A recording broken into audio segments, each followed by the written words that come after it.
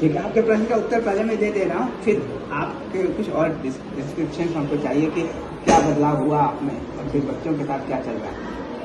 तो देखिए, पहला जो अंतर हम लोग करना चाह रहे हैं वो है कि जड़ एक चीज है, चैतन्य एक चीज है। ये दोनों साथ साथ हैं जब मानव की बात करते हैं तो ये जो स्थूल शरीर है वो जड़ है और जिसको मैं हम लोग कह रहे हैं वो चैतन्य है। ठीक है, तो दोनों की आवश्यकता अलग अलग है, इसको पहचानना और उसको पूरा करना जरूरी है। इतनी बात तो आपके ध्यान में आ। अब ये चैतन्य को अगर देखेंगे ना तो इसमें कई सारी क्रियाएं दिखती है। एक क्रिया का नाम आप दे रहे हैं मन, जो हम लोग शब्द उसके लिए प्रयोग करते हैं वो है कल्पनाशीलता। ठीक है ना, जिसको मन कहते हैं उसका मतलब अभी जो हम लोग कल्पनाशीलता करेंगे, बहुत सारी चीजें हम सोचते रहते हैं, ऐसा कर लें वैसा कर लें, ये कर लें वो कर लें, है ना, इच्छा विचार आशा जिसको कह रहे हैं। परंपरा में उसके लिए शब्द प्रयोग किया गया है मन। ठीक, इस मन में देखेंगे तो संकल्प विकल्प होता रहता है, आपको लगता है ये भी ठीक है वो भी ठीक है ना, तो उसको मन कहा है। बुद्धि का मतलब यह है कि वो तय कर पाती है कि ये ठीक है कि वो ठीक है, निश्चयात्मकता बुद्धि, तो निश्चयात्मकता बुद्धि कहा है। फिर ये कहा कि बुद्धि भी जो है ऐसा हो सकता है कि बाहर के प्रभाव में आकर गलत को सही मान ले या सही को गलत मान ले, तो फंस गए। अब क्या करेंगे? तो जिसको अभी बुद्धि कह रहे हैं हम लोग, उसके लिए संस्कार शब्द प्रयोग कर रहे हैं। बुद्धि भी प्रयोग होता है, लेकिन हाँ, संस्कार का मतलब जो हमने सही मान लिया है वो बुद्धि का काम। अभी बुद्धि जो निश्चय करती है वो भी किस आधार पर करती है?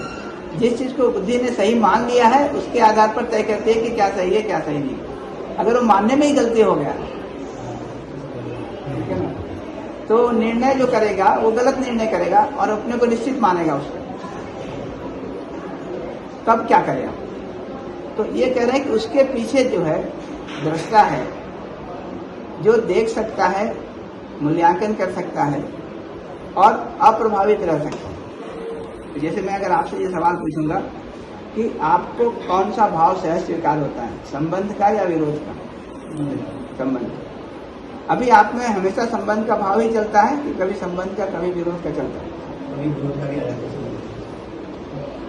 ये विरोध का भाव जो आया उसका निर्णय किसने किया? वो तो बुद्धि ने किया होगा। उसका निर्णय क्यों किया? क्योंकि संस्कार उसका ऐसा है कि उसने ये मान लिया है कि कभी कभी तो विरोध करना ही ठीक है। ठीक है, तो ये आपका बुद्धि गलत हो सकती है, लेकिन जो दृष्टा है, जो ये देख रहा है कि संबंध का भाव सहज है कि विरोध का भाव, सहज के भाव से हम सुखी होते हैं, संबंध के भाव से सुखी होते हैं या विरोध के भाव से, वो हमेशा ठीक देखता है। शुद्ध चैतन्य रहता है। ठीक है ना, तो उसमें वो नहीं है, व्यतिरेक नहीं हो सकता, गलती नहीं हो सकती। उस दृष्टा को परंपरा में आत्मा कहा है।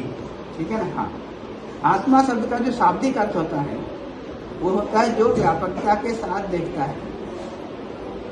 आप धातु है, इसमें मनिन प्रत्यय है। ये व्यापक शब्द जानते हैं? जी हाँ। व्यापक का मतलब फैला हुआ, जो विस्तृत, तो जो विस्तार के साथ देख सकता है, व्यापकता के साथ देख सकता है, उसके लिए आत्मा शब्द प्रयोग किया। उसी के लिए कई बार हम लोग अंतरात्मा शब्द प्रयोग करते हैं और ये कहते हैं कि अंतरात्मा तो गलत नहीं होती। जी हाँ, हम सामान्य लोग में व्यवहार करते हैं ना। हमारी बुद्धि उसको सुनने चाहे ना सुने, हमारी कल्पनाशीलता मन उसको सुनने चाहे नहीं सुने, आत्मा तो हमेशा सही राय ही देती है। ठीक है। अब हम लोग क्या कह रहे हैं कि एक तो शरीर के साथ ही हम बंधे थे, कम से कम अपनी कल्पनाशीलता को देखना शुरू करें तो शरीर का जो बंधन है वो कम होगा। कल्पनाशीलता के पीछे भी संस्कार है, इसको देखना शुरू करें। संस्कार के पीछे दृष्टा है, इसको देखना शुरू करें। उसको आप आत्मा कहेंगे। फिर दृष्टा की जगह पर होने का अगर हमारा धीरे धीरे योग्यता बन जाए तो हम हमेशा सही देख पाएंगे, सही के अर्थ में अपनी बुद्धि को, है ना, व्यवस्थित कर पाएंगे। बुद्धि व्यवस्थित हो गई तो सही के अर्थ में हम अपने कल्पनाशीलता में निर्णय ले पाएंगे और इसलिए जो व्यवहार कार्य करेंगे वो सही होगा। इतना पूरा एक्सरसाइज है जो हम लोग कर रहे हैं। ठीक है। वो मेरा शिक्षा और संस्कार संस्कार और कल्पनाशीलता, इन दो को मैं रिलेट नहीं कर पाया था, मैं अलग मेरा उधर जा रहा था बुद्धि में। तो अब ये निश्चित हो गया कि जो हम जिसको मन कह रहे हैं कल्पनाशीलता है, जिसको हम बुद्धि कह रहे हैं वो संस्कार है, और जिसको आत्मा कह रहे हैं वो दृष्टा है। दृष्टा में हमेशा एक तो हमारी हमेशा क्षमता है कि हम दृष्टा की जगह पर बने रहें, दूसरा वहाँ बने रहते हैं तो फिर हम सही के अर्थ में ही निर्णय करते हैं, हमेशा उसमें गलती की कोई संभावना नहीं। तो अभी जितना हम लोग एफर्ट कर रहे हैं ना, वो ये कर रहे हैं कि आपको अपने दृष्टा की जगह होने के लिए फैसिलिटेट कर रहे हैं। तो पूरा मूल्य शिक्षा का अगर कार्यक्रम का सिंगल लाइन पे इवेल्युएशन करेंगे तो ये है। इसीलिए क्या है, फिर आपके ऊपर कोई अनुशासन करने की जरूरत नहीं पड़ती, आप खुद स्व अनुशासित हो जाते हैं। आपको सही दिख रहा है, उसके आधार पर आपका संस्कार ठीक हो रहा है, आपका भाव ठीक हो रहा है, आप अपने में सुखी हैं, सुखपूर्वक दूसरों के साथ सही व्यवहार कर रहे हैं, है ना। और जितना ये करते हैं उतना आपको आराम मिलता जाता है कि नहीं। फिर वही जो बात इन्होंने कही कि दूसरा हमको भी स्वीकारे या ना स्वीकारे, हमको तो दिखता है कि ये सही है, हम तो आराम में आ जाते हैं, लेकिन हमारा व्यवहार सही है तो दूसरा स्वीकारता भी है। ठीक है, अब बताइए आपका कैसा, आप में क्या बदलाव आया है और बच्चों में क्या जा रहा है? जी, मेरा भी सबसे ज़्यादा ग्रोथ पे कंट्रोल हुआ है। पहले मैं हर बात में चढ़ जाता था कि यार ऐसा करने की नहीं करूँ, और संकल्प विकल्प की स्थिति में